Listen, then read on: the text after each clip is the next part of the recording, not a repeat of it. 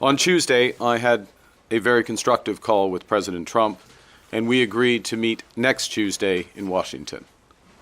Our focus will be on both immediate trade pressures and the broader future economic and security relationship between our two sovereign nations. My government will fight to get the best deal for Canada. We will take all the time necessary, but not more, in order to do so.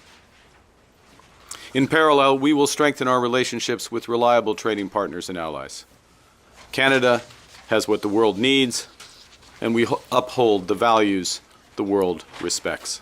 What specifically do you want to get out of your first in-person meeting with President Trump, and will you be focused on trying to get the tariffs lifted? Thank you for the question. For the first meeting, as I mentioned in my remarks, and the President and I discussed when we had our constructive call, there are two sets of issues. There are the immediate tariffs, both sectoral and so-called reciprocal and fentanyl tariffs, and then there is the broader relationship. So addressing both sets of issues. We'll see how that progress goes. It's important to get engaged immediately, which has always been my intention, has always been his intention, and I'm pleased to have the opportunity for quite a comprehensive set of meetings that will take place on Tuesday. How do you avoid an Oval Office ambush like we saw happen to President Zelensky? Look, I go there with the expectation of constructive, difficult, but constructive discussions. That's the spirit of the conversations that the President and I had. You go to these meetings well prepared, understanding the objectives of your counterpart, and always acting in the best interest of Canada, and we'll go from there. In your second call with the President, did Mr. Trump outright say or insinuate at any point that Canada should become the 51st state? He did not. All right. We've heard Mr. Trump on April 23rd and his surrogates throughout the final days of the campaign reiterate the idea that they believe Canada should become the 51st state. On the campaign trail, you said on multiple occasions that respect for Canada would be one of the key things in terms of having a meeting with him. Do you think over the past few days we have seen respect for Canada from the Trump administration? Look, it's always important to distinguish want from reality. La volonté et la réalité, right? What someone wants and what is reality, and what the Canadian people clearly have stated, virtually without exception, is this will never, ever happen. And if any of the leaders of the party and their representatives would attest to that, I think the votes attest to it, I think the public dialogue attests to it as well.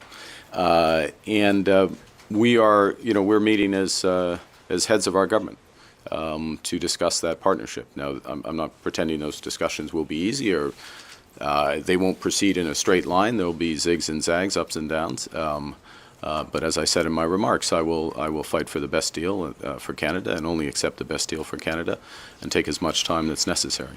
To my colleague's point, the White House's public position has continued to be that Canada should be the 51st state. You yourself have said that Donald Trump is trying to break Canada. Considering all that, how can you expect good faith negotiations when you travel to Washington next week? Look, I think first I've had the direct conversation with him on whatever day it was, Tuesday, I guess it was, a couple of days ago, and we agreed to have those negotiations. Very clear discussion between us, as I said, very constructive, and I would say the time allocated to our meeting and the seniority of he's the president, so that's as senior as you get, but the other members of his administration who will be assisting at those meetings suggests the seriousness of the discussions. Again, do not expect white smoke out of that meeting. There'll be white smoke probably later somewhere else in the world this month, but do not expect that. But so that's the first thing, is just the level of the direct dialogue, the discussion, the level of people there.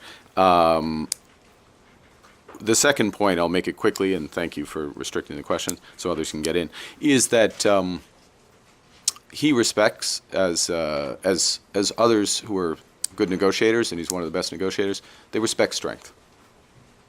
That's why we're building Canada strong. There's lots of reasons to build Canada strong, but the point is, and I will make this point repeatedly, we have more than enough to do here at home. That point about we can give ourselves more than the Americans can take away is absolutely right. We can have a bigger boost to our economy, to incomes, to jobs, by focusing on building one Canadian economy, by building these nation-building projects, by focusing on getting productivity up, by reducing government waste, by driving investment in this country. And so that is a good in and of itself. We're going to focus on that while we have these negotiations with the Americans. And if the negotiations with the Americans take longer, so be it. We've got more than enough to do here.